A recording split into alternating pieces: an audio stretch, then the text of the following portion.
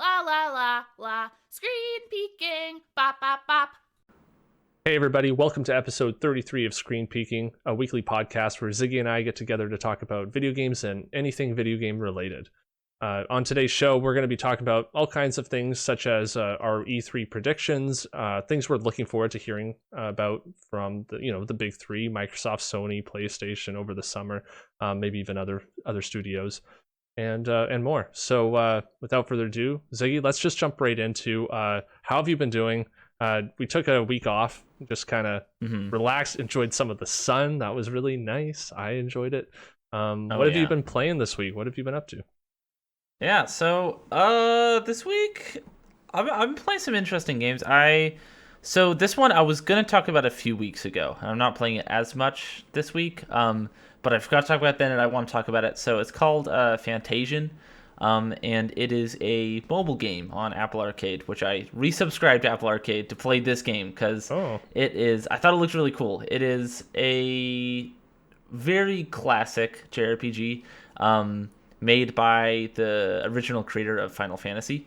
And I really like it. So when it first got revealed, it's the sort of thing where I thought it looked really neat. And I had this feeling like, it sucks it's only on mobile, because I'd rather play this on like my Xbox or whatever. But after playing it, I think it actually is really, really well suited to the platform it's on. Just because it's the controls and everything super smooth, but also it's this perfect thing of it is a great game to sit down and play for like 15 minutes, like get through some battles, like get through some dialogue, do a quest or something, and then stop. Like I've just been playing it on my lunch breaks and stuff at work, and it's super super fun for that. Like for what it is, it's not like the most complex or crazy JRPG I've played by a long shot, and a lot of that is because it has a lot of kind of late 90s early 2000s JRPG game design in it with like random encounters and stuff like that, but I think it does it in a way that feels really modern and cool, where the random encounters, for example, because I feel like I've said that in the show that I really don't like that as a mechanic, but it does this cool thing where you can turn on this device that basically like warps all your random encounter enemies to like another dimension, like a pocket dimension, and then but it fills up over time. And so before it gets too full, you can activate a single battle against all those enemies at once, basically. Oh, that's sweet. Yeah, I like that. Yeah, so it basically, instead of just a bunch of easy battles over and over again, you just get one really intense hard battle that you can have whenever, pretty much, just like whenever you feel like it. And that adds, and you can turn that on or off if you want, which I really like that as an option. So I've been doing that, and it makes it more fun because I don't have to be like every time I step on something and I have to go into another boring battle. I wish I could do that in Pokemon. I know, right? And it's such a smart system because then you're not just removing random battles entirely. Like it still has the game design behind that, but in a way that's just less annoying.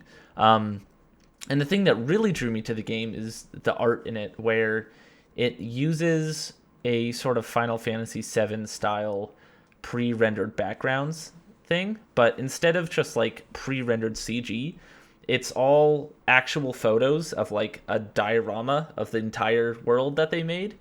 So it's it's yeah, okay. really so I did hear about this. I totally forgot, but that's bringing back memories. Yeah, but it has this really cool sort of like miniature look to it that I think is really neat. Like almost sort of akin to something like the Link's Awakening remake, but a little bit less toyish, and also it's actually like real dioramas. It's got a really cool look to it. I just pulled up a trailer in the background while you talked more. Yeah, I'm just not done talking about that. But yeah, like you can look here with the way it is actual photos that it all transitions, and I just wanted to see really the dioramas. Cool. I was like, that's sweet. And then like the combat, yeah, it's right here. It's got a cool system where you can sort of like touch where you're aiming your attack, I guess. So if there's a big group of enemies, you can hit like 3 or 4 guys at once. It's cool. I like it a lot. And yeah, here's showing what I was talking about with like the random encounters. That's a sweet looking mobile game, actually. Or no, you said and you said an Apple Arcade mobile game. Yeah. Damn it, so it's only on iPhone, unfortunately. Yeah.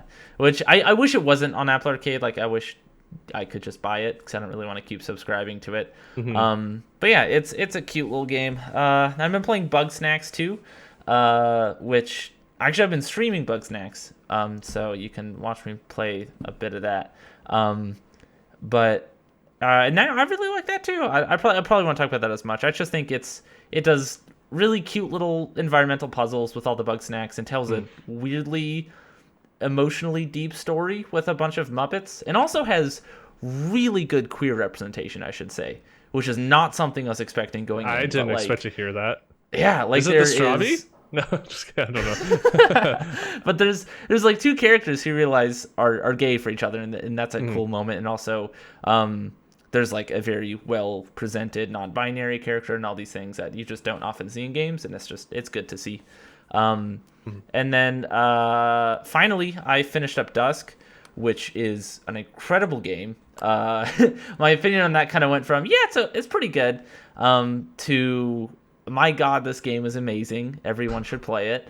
And I actually will have something to say about that game fairly soon. Probably next episode, we'll see. But I have something fun to announce.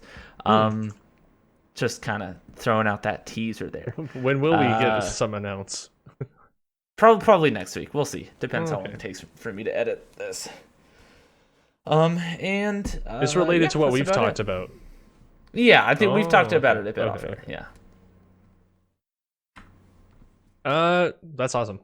I've just been playing more of The Witcher 3, and then of course our game club game from like 2 weeks ago, Superland. Witcher awesome. 3 has totally like brought me in, and I don't need to talk about it a ton, but yeah, I'm still super into it. And also, I think like if people don't know, like you can download for PlayStation 4 or the PlayStation 4 version of Horizon Zero Dawn with like all the DLC and stuff. So I downloaded that, and I kind of want to play it because I haven't played it yet. But I also know if I leave The Witcher 3 at all right now, I'm not going to get back into it. I know it'll be just like every other time I started it up. So I'm really wanting to I thought I passed the story stuff I had gotten to before, but I guess I haven't, because I definitely remember a few things I did recently. So I'm really wanting to get past where I definitely don't remember stuff. And and that would be really fun for me to actually be able to finish the game and say, like, I accomplished that one. Now I'm never going back to it, because it's definitely not a game I want to play all the time. But so like I definitely want to get into it as much as I can right now.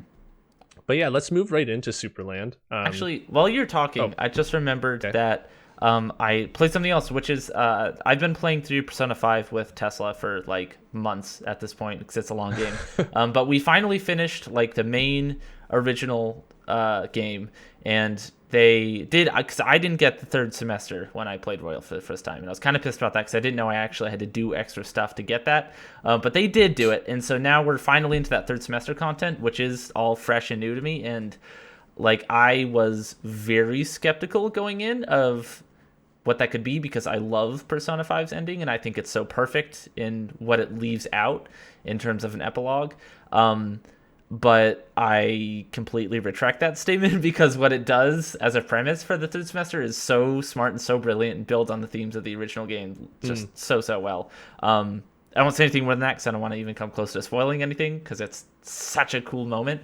But yeah, anyways, playing that, very good. I dropped off that one again. I don't know if I'll ever beat that one. There's a small chance for The Witcher, but I feel like that one is always going to be a game that I go, I wish I at the time, I wish I had the desire to play it. But that's fair enough. Doesn't matter to seem to get its hooks in me, no matter how many tries I give it. So yeah, it's fair enough. Let's move into Superland now, if you don't have any more surprise games that you're just remembering you played. And yeah, let's just go into our impressions of that. I just have a few things to say, and that is there's definitely a vision for the game, and I like that. I actually had a fun time playing it. It was it's been a while since I played a game club game that actually I just had fun with. I wasn't like blown away in any way, but the loop of the game was something I was definitely in for at the time. And that being just, you're this tiny miniature character. I guess you're in this little kid's village he's created on the ground, and you're like this little like red, almost like a stick figure. It's not a stick figure, but that kind of a shape. And you're walking around with this wooden sword, and just get coins. Coins upgrade your character to where you can get a double jump or a triple jump, or where you can run faster, upgrade your damage, and just going around getting coins. Some require you to have other upgrades, so you're kind of doing this little loop of getting an upgrade so you can get more coins so you can get another upgrade. That was fun for me. The coin sound effect, 100% ripped from Mario. There's green pipes all over the place. There are what was the other one? Where'd it go? There's the green pipe, there's the coins, and and then they say like it's dangerous to go alone, take this, and when they give you the sword at the beginning. So all those things, I was like, this person clearly is a fan of Nintendo, and that's not a bad thing. And if that inspires you to make a game, I had fun with it, and I probably won't go back. I got to the point where I got all the upgrades I could at the time from the first shop, got a few barrels which unlock other upgrades, and then kind of explored the town, did everything I could do there. And then I got to some point where I like got lost and I just didn't know where I was, and then there's all these guys shooting magic at me, and I was like, that's cool, that's fine, and like it wasn't a big deal, but I didn't know where I was supposed to go. And so at that point I kind of lost interest and I had been playing for an hour at that point, and just kind of was like, yep, this is a good game. I like this game. I would say it's fine. Like, I love that it's on Game Pass, and like this is the kind of game that I would totally, if I had kids and they were like, whatever age you need to be able to understand what you're doing, then I would be like, yeah, here, play this game. This is a fun little game for you. So I don't know. What did you think of it? Yeah, so I opened it up. I immediately disliked it, to be honest. But I had such a 180 with this game. I had a bit of an arc where I opened up this game. I still stand by that. It does not look very good, and it has no charm whatsoever, in my opinion. Like, it really doesn't do anything to hook you in with its world or anything like that, or like style. But, and there's a big but, and that's that it is really fun and I think really, really well designed with its like levels and puzzles and stuff. Where, the loop you're talking about of basically all your upgrades are bought with coins, and there is a very set amount of coins around the map. So to get coins, or to get upgrades, you need coins, and to get a lot of the coins, you need upgrades. So, you start out in the first area, you're just getting the ones on the ground, or like at the spaces you can reach, and then eventually you kind of get all those, buy some upgrades, and then are able to get different coins. And then so it's this cool loop of seeing something, being like, I know I'll be able to get that eventually. And then eventually getting the upgrade, and then the gears kind of turn to place. Like, oh, I see, now I can get that. And then you go over there, and then, like finding the golden barrels to upgrade more stuff, I thought was really fun. It's just a good loop. And I think the way that the puzzles and the levels all sort of like meld into each other in interesting ways. Like the fact that I spent 45 minutes in a really small space as far as video games are concerned. Like, I was just kind of in the same general small area going back and forth, different puzzles in and around, because it's just dense, and I really like that type of level design. But yeah, I mean, it's definitely not an easy game to just like, it's really off-putting at first, I guess. Like, at least for me, I know what you mean. It's a feeling. It's a feeling you get. You go in, you're like, I know what this is. Yeah, it feels like someone's first game at first, I guess. It does. And it could be someone's first game they published. Absolutely, I don't know. But the game design does not feel like someone's first game. It does feel very, very well designed. It's just like in the art and the writing and stuff. It does feel amateurish, I guess, and lacking in some charm. But I don't think that detracts. I mean, it does detract a little bit for me. That's why I likely won't go back. It's a perfect Game Pass game. Yeah, yeah. But yeah, it doesn't take away from how fun it is, and I do think it's quite fun. Yeah. Cool. Well, let's so we have a big chunk of stuff to talk through with the next part here. So let's just move right on. We both give a sideways thumbs for Supra Length. I'd give it one thumbs up. I'm giving it whatever you do when your thumb is this way. Hey, thanks. They brought me a drink. Oh, nice. What an awesome one. I love you. knew she'd blush if I said that. So anyways, yeah, let's go right into E3 predictions. That's what we wanted to talk about next. Kind of, actually, no, we're going to talk about like what we're excited for first. Let's talk about what we're excited for, and then go into predictions. Kind of like, what are you excited for most? E3 is going to be digital now. I guess there's not much to be excited for necessarily yet because we don't really know anything right now. But if I'm going to include Sony here, even though they're not part of E3, we know they'll have some kind of announcement around that time. So I'm sure from Sony, Microsoft, Nintendo, and if there's a studio you are looking forward to hearing something from, by all means, share. But what are you looking forward to the most around this E3 time? Around June, everyone kind of gets their big announcements out. What are you looking forward to? Yeah. I guess I'll just kind of go with the big three of what I am hoping they'll do, and also kind of if I think it'll actually happen. So for Microsoft, I think the biggest thing I want to see is just Bethesda. They have so many studios now, and I feel like I'm saying this every year, but like, what are your studios doing? Because just owning studios doesn't really mean anything. It doesn't mean anything until there's a game that I'm in my hands that I'm playing, So I need to see actual games being played. Like, I want to see gameplay of these games, not just like logo reveals. So I would love to see more of like Hellblade 2 and Perfect Dark and Fable if that's ready. I don't think some of those games are ready for us to be seeing actual game yet, but I hope they are. And then all their smaller studios too. Like from what Double Fine has been saying, it seems like Psychonaut 2 is going to be coming out this year, so I would like to see some more of that. Just show us what you're making, because you have so much sort of like potential energy right now, and I want to see that released. And then also just like dump a bucket of games on Game Pass over my head. Like, just give me a shit ton of that I should be excited for. Yeah. For Sony, I think just kind of keep doing what they've been doing, like keep showing first parties and stuff like that.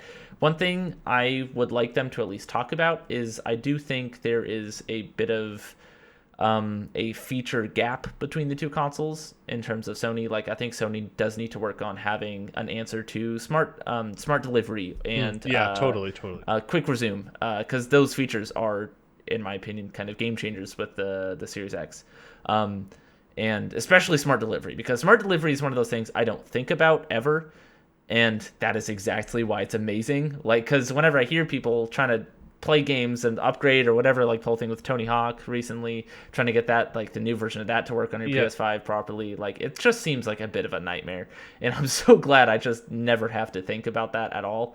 So I'd love for Sony to have some sort of answer to that, and that's kind of my big one with them. For their games, there's a lot of the games I'm not super excited for. God of War 2 I'm excited for. I'd like to see more of that maybe. And then for Nintendo, there's so much stuff for Nintendo that we've seen, but we haven't actually seen anything substantial for. Like Metroid Prime 4 and Bayonetta 3, I don't know if those exist anymore, but I want to see them. Yeah, they better. They better. yeah. Breath of the Wild 2, I feel like, again, I say this a lot, but but like I want to see more of that. Give me your gameplay. Come on. Especially now that the Mario 35th anniversary is over, like I really want to see some focus put on Zelda this year. And then I don't think it'll happen, but it'd be nice to see something about the new Switch that we all know is coming at some point. So that's kind of it for the big three. What about you? Yeah, like I'll just do the big three as well. Starting with Microsoft again, just like you did. With the amount of game studios that they have right now, like you said, I want to see what's coming.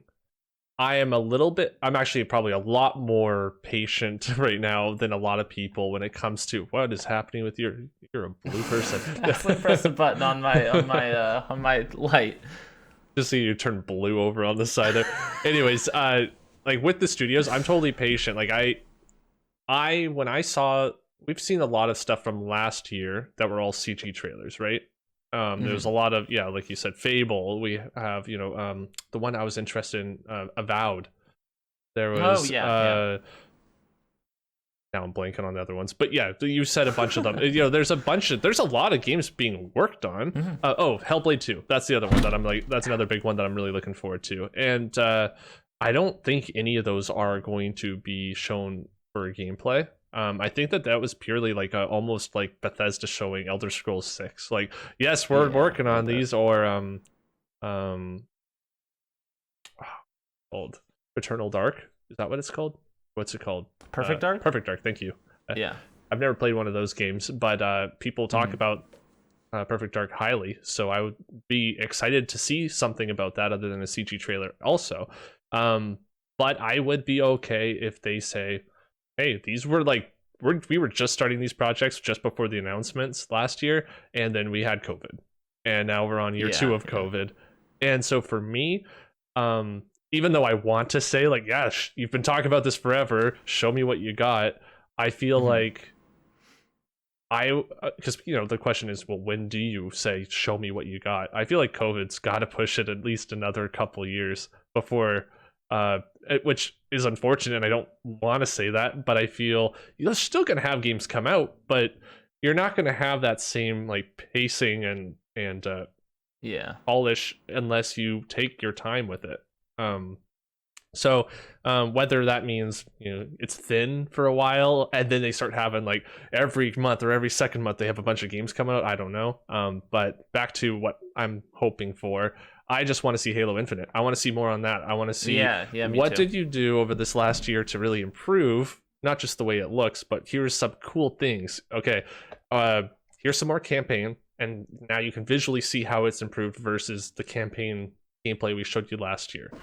Now we're also going to give, and maybe that's all they do for the E3 thing, but I would be happy with that as long as they go, here's also the dates for when we're going to do a multiplayer showcase, and we're going to do a Forge showcase, or we're going to show other game modes. And I am one of, like, I won't say the prediction. Anyways, that's what I want, is some Halo stuff, because I love Halo, but I didn't play Halo 5 other than like through Game Pass Ultimate's like streaming to the phone just to try out a level and see how it played. And I miss Halo. I miss playing it with my brother. I miss making maps in Forge. I actually loved that and loved making modes. So I'm excited to learn anything about Halo. And I probably would have loved the game if it came out last year, to be honest. But I'm excited to see what they do differently. So that's kind of, if they show Halo stuff, I'll be happy from Microsoft. I do think that they will have some surprises though, and here's what's coming to Game Pass and all these other things. So that'll be cool.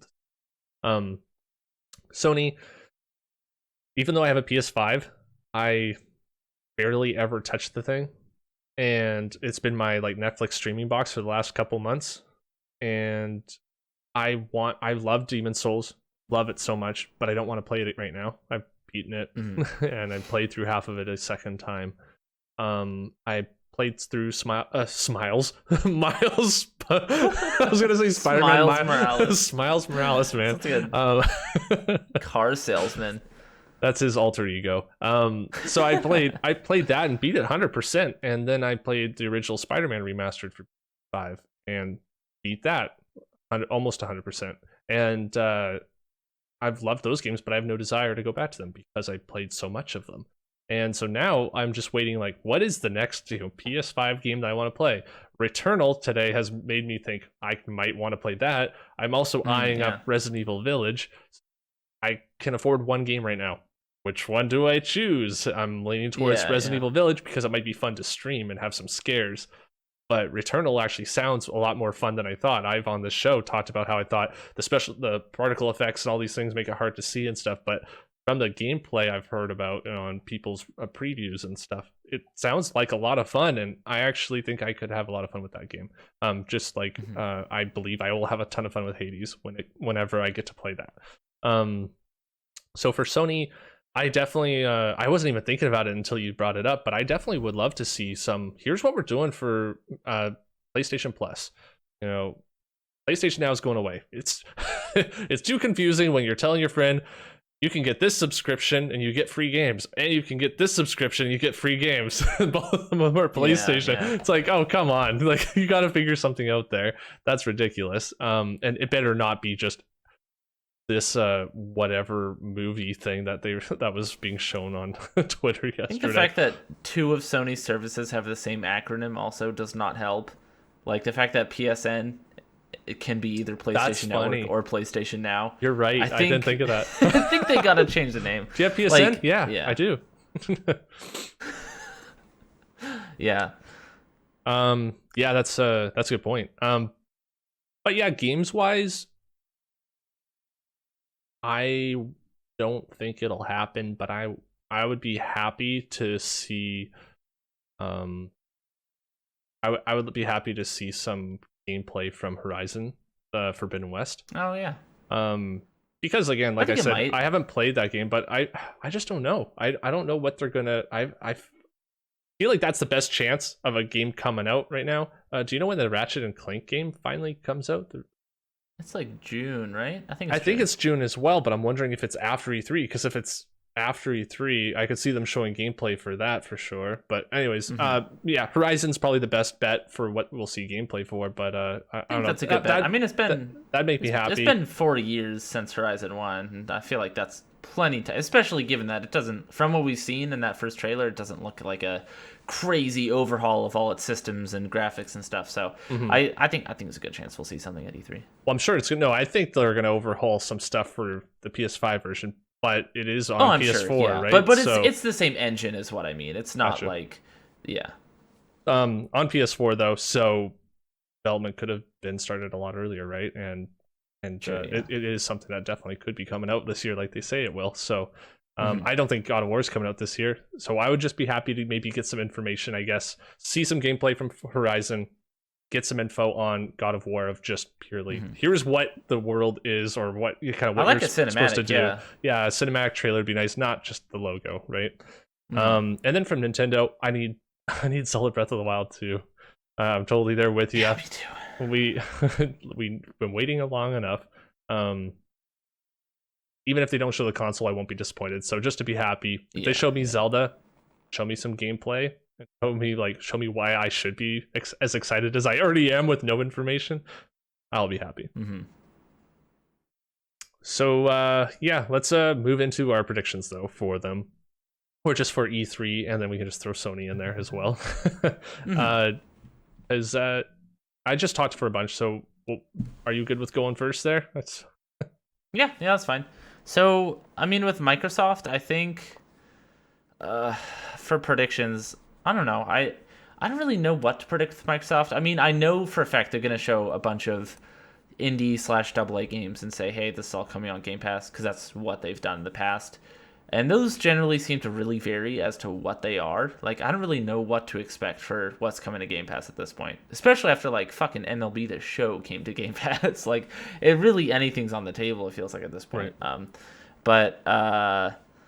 Yeah, I mean, I'm expecting a lot of that. I'm hoping for info on, like I said, on first-party games. I think there's a good chance we will get some. I'm kind of tired of saying, this is the year, Microsoft, this is the one, because I'd say that every single year. And every single year I'm like, you know what, next year's the one. So this time I feel like I'm wanting to go and just like expectations low as possible on all of them, really, because like, I don't know. I hope they show something cool, but I kind of don't expect it at this point. And I feel the same way about Nintendo. Like, I hope they show Breath of the Wild 2. Do I think they will? Maybe. But I feel like, again, I've said that a lot, and every single time I've been burned, so I'm hesitant to say it this time.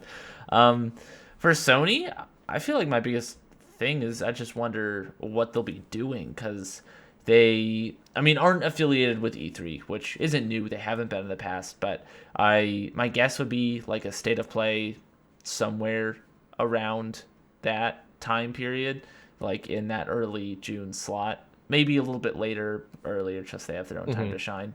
And yeah, I mean, I think we'll see more Ratchet if that lines up with the release. I think we'll see some Horizon, like you said. I think Horizon's a really, really safe bet. Their release lineup is kind of, I can't think of other games than that. God of War, I hope we get a cinematic. I don't think we will. And then, yeah, same thing, just a lot of like indies, AA's with deals with Sony, whether it be timed exclusivity or whatever. Maybe something from Square. That'd be cool to see on Sony. Oh, maybe some of this just came to me now. What's the Project Athia? I forget its new name though. Oh, I bet we'll see some of that. Yeah, that's a good one. So quickly, June 11th is when Ratchet and Clank Rift Apart come out. Yeah, that's a good point. I'm trying to remember now. What was this other game? What's the other one? I'm always bad with the names. I think it was called Forspoken. Yeah, Forspoken. That's what it was. Yeah, that would be fun to see. That would be exciting to find out a little bit more from that because it looked cool from what we've seen before. And then Kenna Bridges, whatever that one is called, Kenna Bridge of Spirits. I hope we see some of that. Because I don't know if there says Wikipedia initial release date August 24th. So we might get something there. That'd be cool. I'd be happy with that too. So yeah, that'd be sweet. Actually, here's a question for you.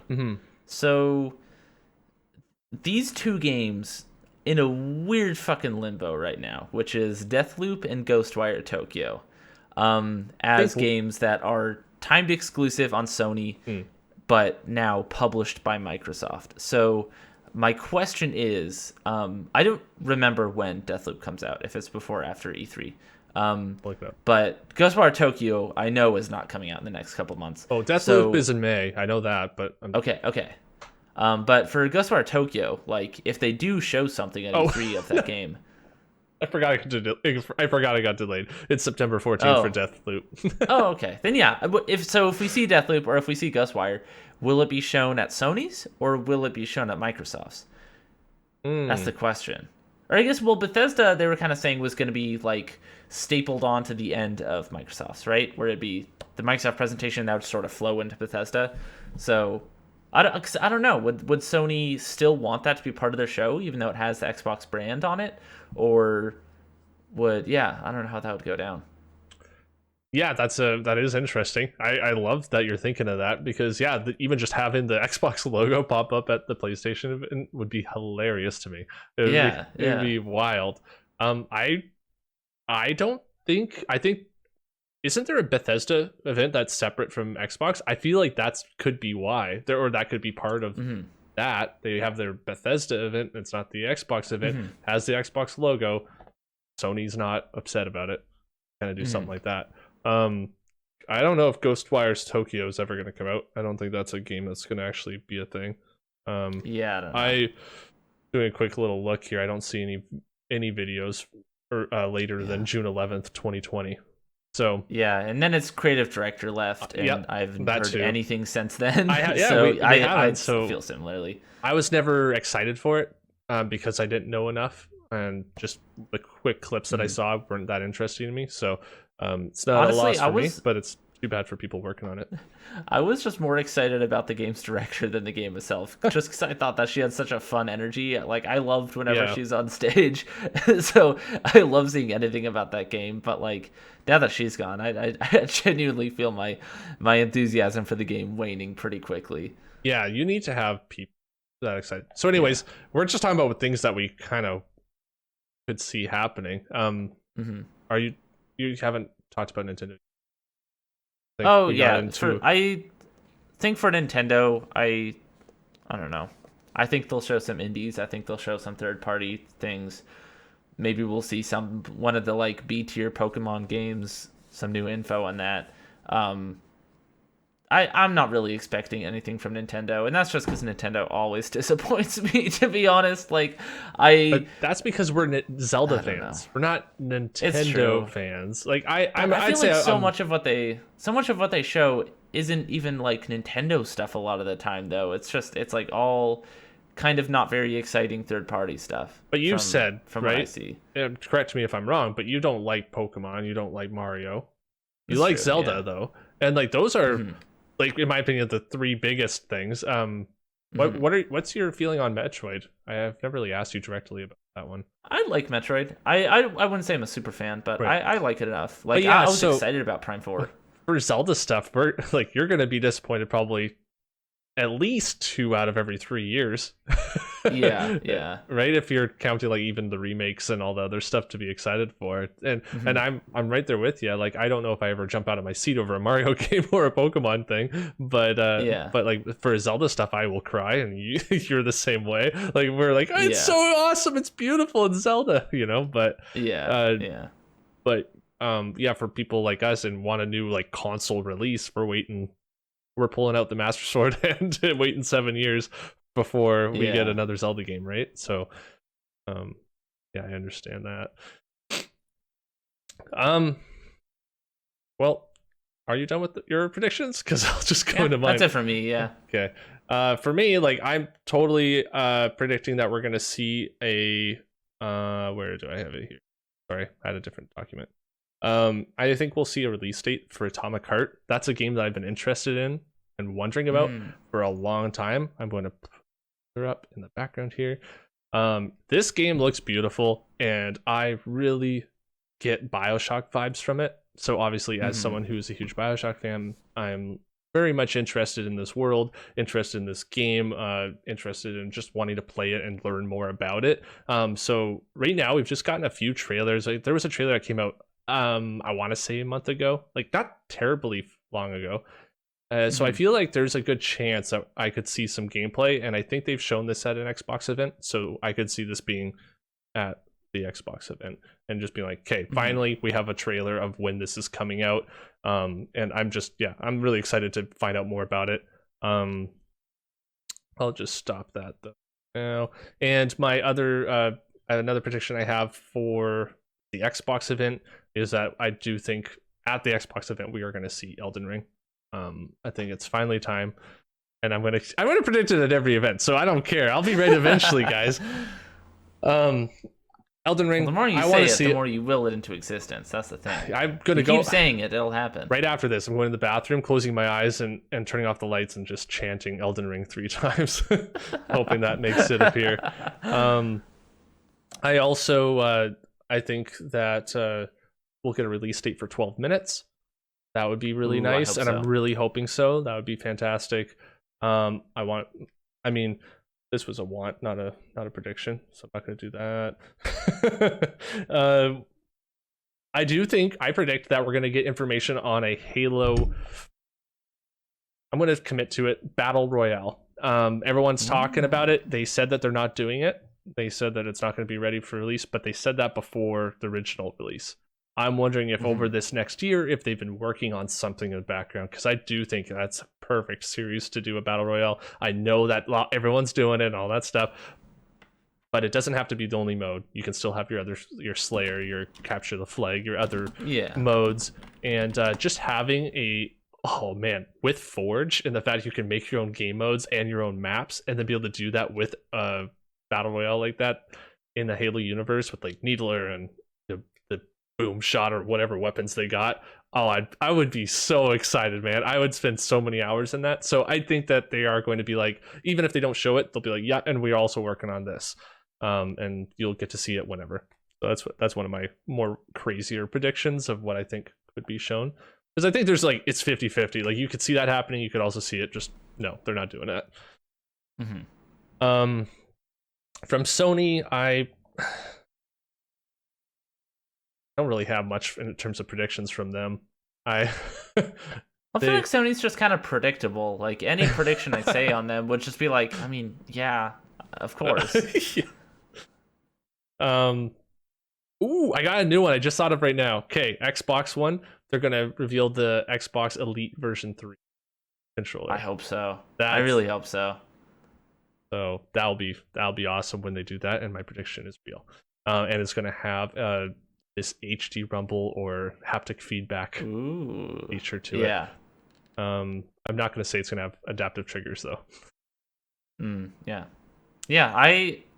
I think I said a while ago I want to get an Elite controller, but I don't want to get a Series 2 just because I feel so strongly that they're going to make a Series 3, and I want to get the controller that's made for this generation.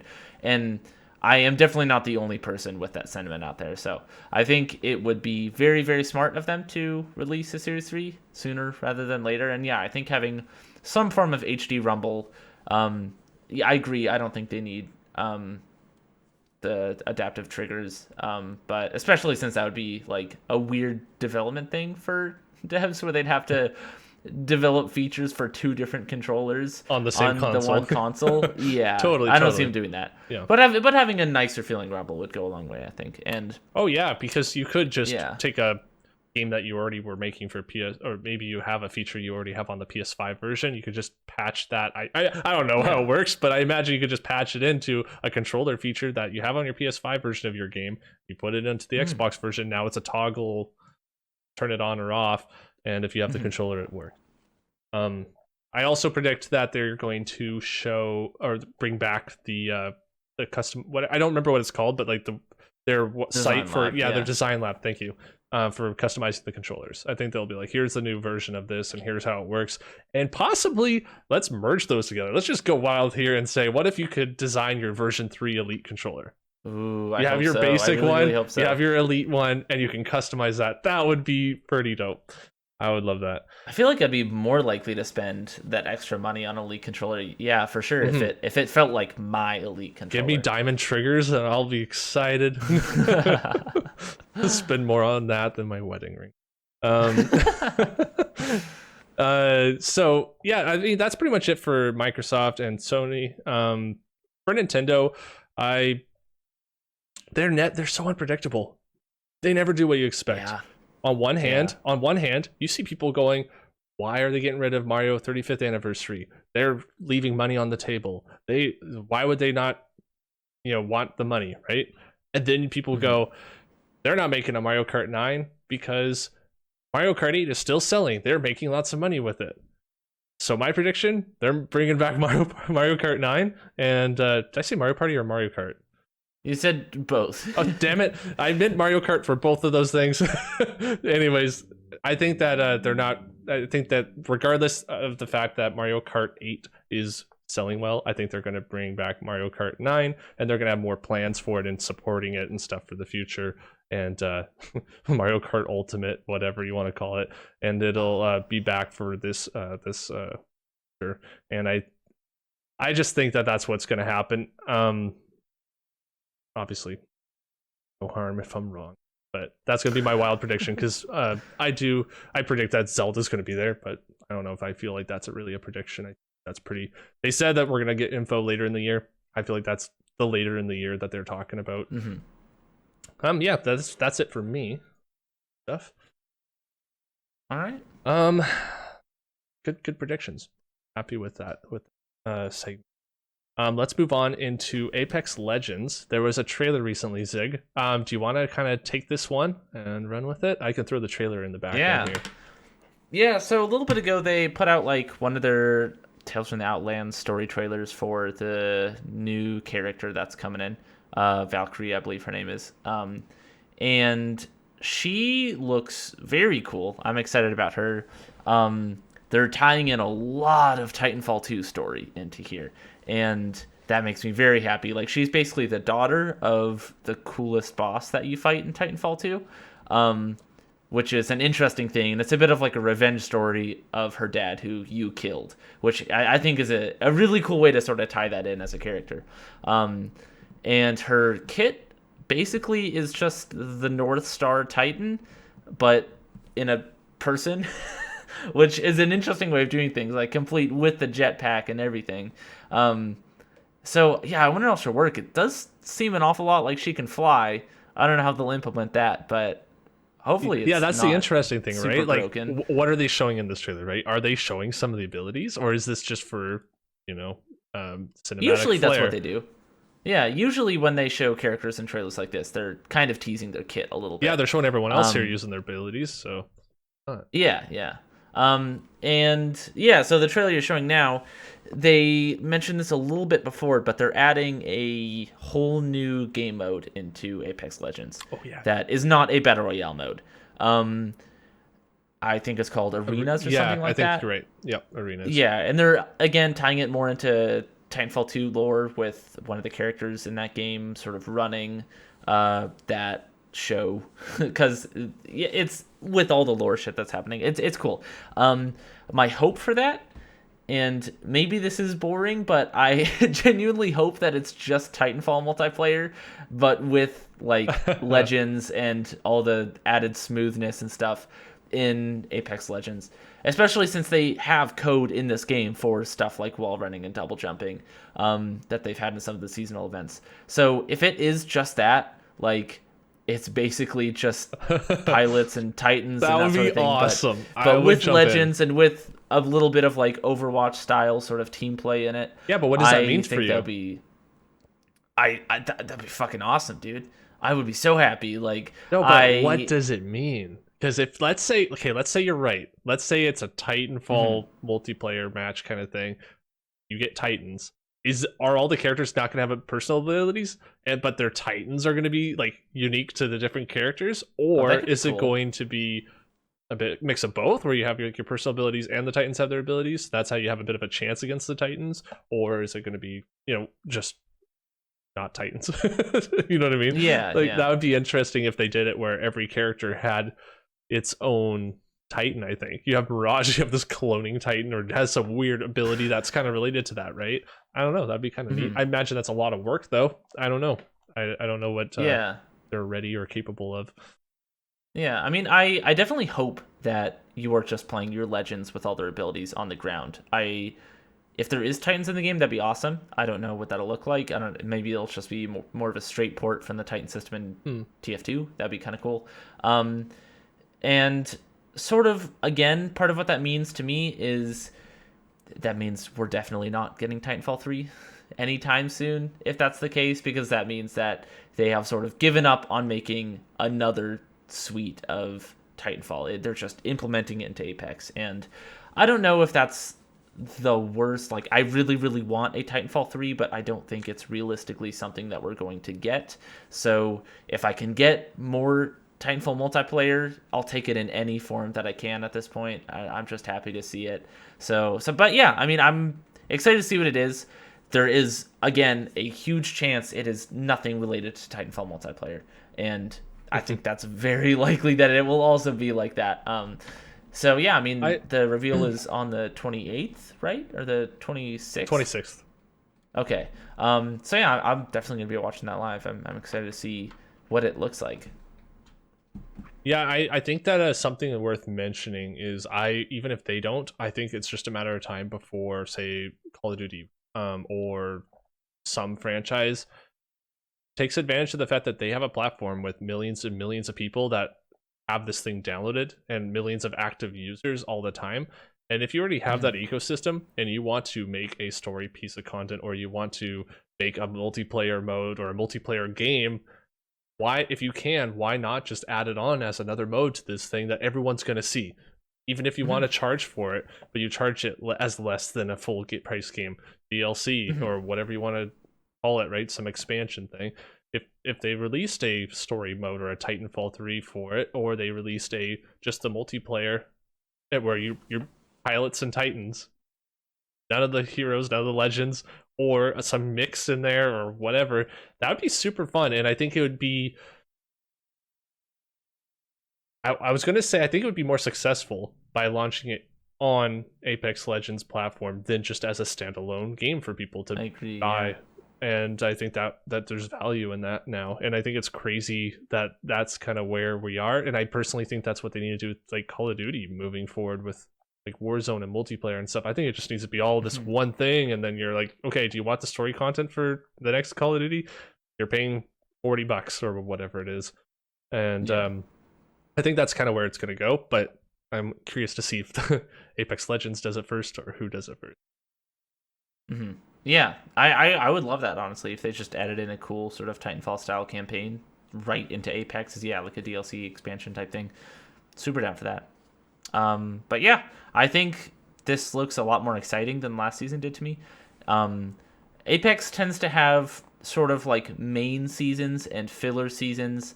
Last season definitely felt like a filler season, but this one does seem to be like a main season. Like, we're getting a whole new game mode.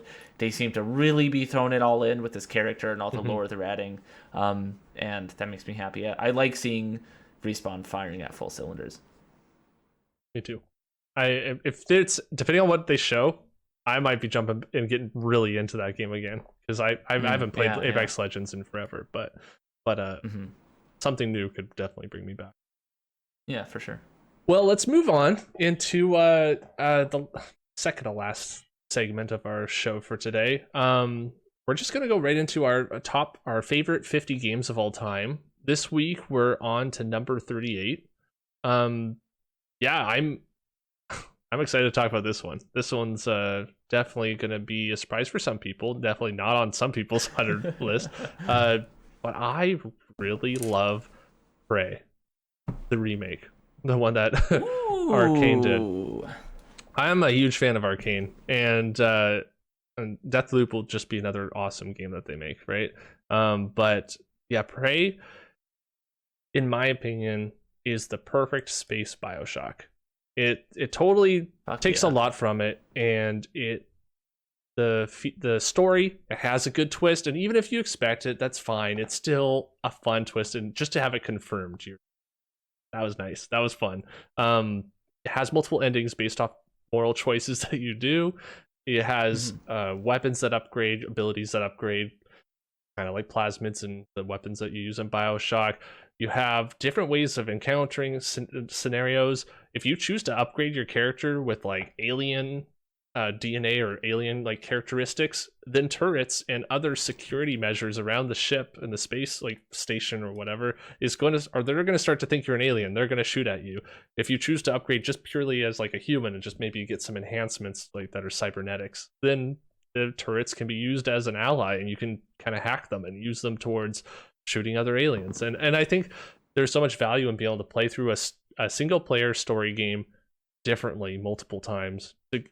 I feel like that's extremely fun because you and me, we're huge Zelda fans, but you could play through Twilight Princess or Wind Waker multiple times, and you're going to be doing the same dungeons in the same order and pretty much doing the same puzzles the same way every time. So I think that there's like a lot of value in a single player game encouraging you to play differently on your next run. And yeah, the game just has that creepy vibe. Like there's definitely times where I would jump because the music and the sounds of the aliens and just not knowing where they are, things just happen at the perfect time and you jump out of your seat. The mimics, of course, they're scary. You see a little mug rolling across the ground and you're like, oh, I think you're the fake thing, and you shoot at it and it just breaks like a normal mug. And then something jumps from the side and gets you in the face. So like that game, it's creepy, but it's not I wouldn't call it a horror. But it really makes you think about how you want to level up your character, how you want to progress through an area. Has those things where this place is locked for now, you need to go back there later if you want to get some extra loot, and increasingly difficult enemies. Great story, and definitely a game I'd recommend to anyone who hasn't played it but was interested and maybe was turned off by people who said, oh, it's not that great. Because I do think this game, like a lot of Arcane games, are underestimated in how fantastic their level design is, how fantastic their gameplay is. If you are interested in it, if you're interested in it at all, please play it for half an hour. If the beginning doesn't make you go, whoa, no way, that's crazy, It's a super cool. and you opening, don't have that spoiled for you, play it and just experience that. It's on Game Pass. You can play it for like $15, or if you're a Canadian like me, like it's totally worth it. You got to play it. So that's my game. That's my number 38. Awesome. Yeah. No, that's been one of those that's been on my backlog for absolutely forever. And before I was like, I don't know if I'll like super get into it, so I don't want to spend the money on it. And then now it's on Game Pass, and I was kind of like, I don't have an excuse, but like, I don't know. There's just other stuff comes up, but it's one of those I'll get to someday, because everything you're saying is exactly why I'm attracted to it. It looks super neat. What's yours? So, yeah, my 38th favorite game of all time is Forza Horizon 4. And you might notice that's 4 instead of the other 4 in the series. And that's because they're all kind of the same game, to be honest. They're very, very similar. But each one just gets progressively significantly better. So I didn't really feel a reason to put the previous 3 on here. 4 is the best in the series, in my opinion.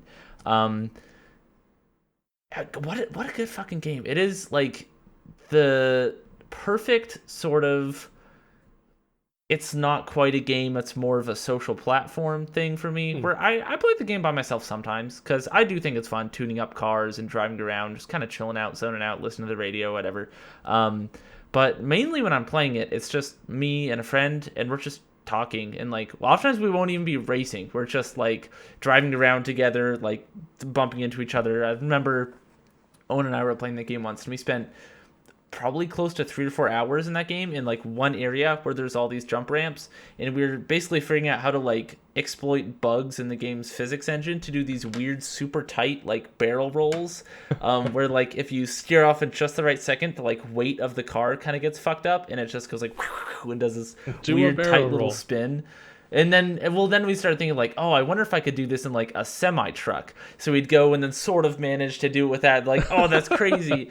And then eventually we're like, okay, what if we like came at it and then did like a 180 drift and then 180 the other way and then like went around you and then went backwards on the ramp and then did this cool barrel roll. And they're like figuring out how to do like increasingly complex and wild tricks while it's just like laughing and talking about shit and having a good time. And that night was just like the quintessential why I love this game experience, because I have done every race in the game, which is a big feat for the record. There's a lot of meat in these games.